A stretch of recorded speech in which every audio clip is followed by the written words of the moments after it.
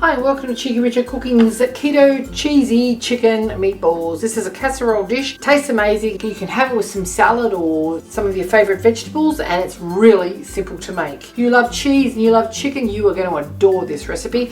We've got 500 grams of chicken mince here, to which we are adding crushed up garlic, 30 grams of almond flour. We've got another 30 grams of almond flour. We're going to use it in our sauce. We've got 30 grams of parmesan cheese, just finely grated parmesan cheese. That goes in too, with 1 egg. We're going in with some freshly ground salt, as much or as little as you like. Freshly cracked pepper. You can put herbs in this too if you like. Even a bit of chili would be nice. Alright, now we're going to mix that all around. Put these ingredients to one side. We're using those for our sauce, which is almond flour, butter, grated cheese, and cream. Okay, so we've got a little meatballer here. Okay, you get that and you scissor your meat, squash it together, plop it out really fast. Okay, you can use a small cookie scoop.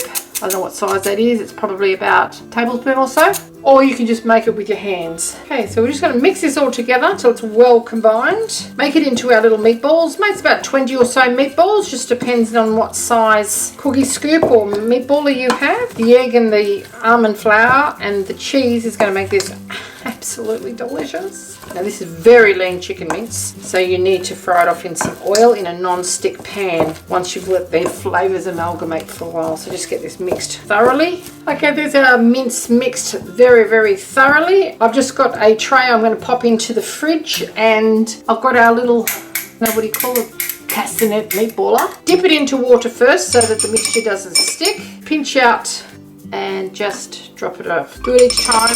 These are going in the fridge, so you want them to be full, okay? And that way you're not touching anything. Alright, and continue with the rest. I got these off the net, they're really cheap. But make sure you dip in between each one like you would with ice cream, otherwise they don't release so easily. And like you can get quite a production going with these little fellas. Now I've greased the tray. They're going to go in the fridge to just set up a little bit before I fry them. Greasing the tray stops them from sticking, so they're easy to remove. Continue with the rest. Look, Mum, no hands. Okay, now just separate these out so they're not touching each other. Now they don't have to be perfect, but they can be if you want them to be, because they're going into a really creamy, cheesy, bakey sauce. I don't know, how many are there? Let's have a count, shall we? 26. Okay, chill them for a while and they'll set right up, and then we're going to fry them. Okay, our little meatballs have been chilling. We've got our non-stick pan on a medium heat. We're going to add some oil to that and toss in our little meatballs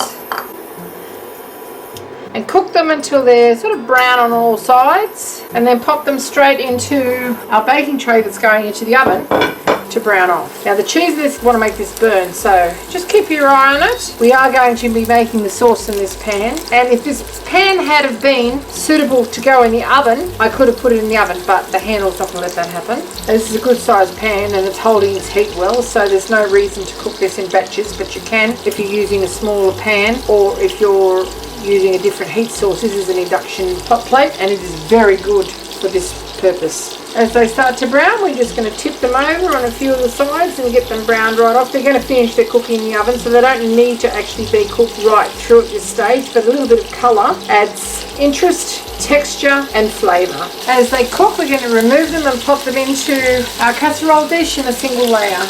And our sauce will be made, poured over the top, and then it'll finish off in the oven.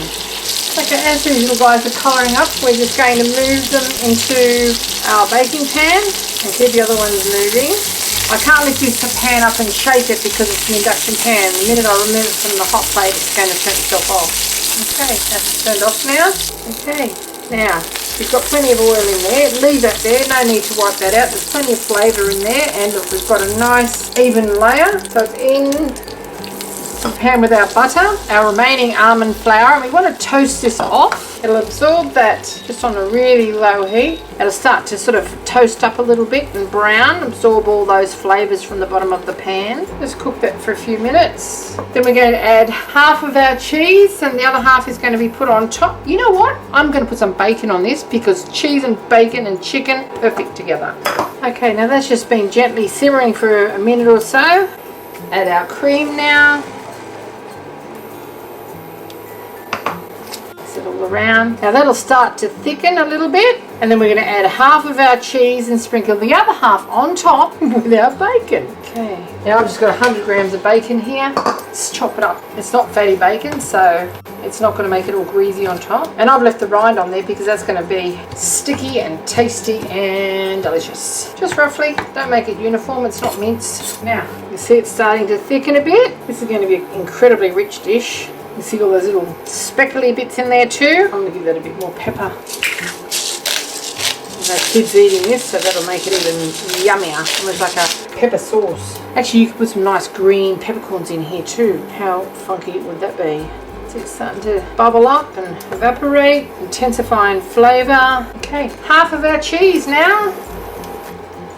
And we mix that all in, still on a nice low heat, and that'll start to thicken. This is just cheddar cheese. You can use any cheese that you like. Oh, not a blue cheese. Blue cheese might be a bit heavy. Sort of turning into a meatball or gratin, isn't it? Okay, you can see this is thickened up. It's quite bubbly and creamy. The cheese is melted right into it, and it's smelling amazing. So we're going to turn that off now. We're going to pour that over our little meatballs.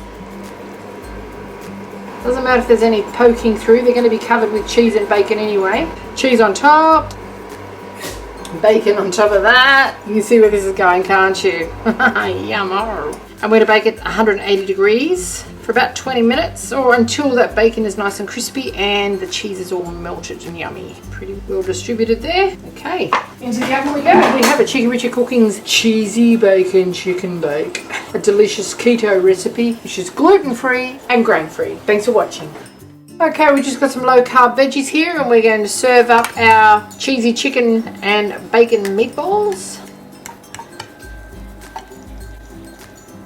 Oh, look at that. So cheesy, so delicious. It doesn't really look like diet food, does it? But I'll tell you what, it tastes pretty special. Okay, let's have a little taste, shall we? I'll show you what they look like inside. See how moist and tender that is? And all the big stringy bits of cheese hanging off it. It's boiling hot. Have a little taste. Oh, that is amazing. So creamy and cheesy. The bacon is a definite addition. Well worth having. Thanks for watching.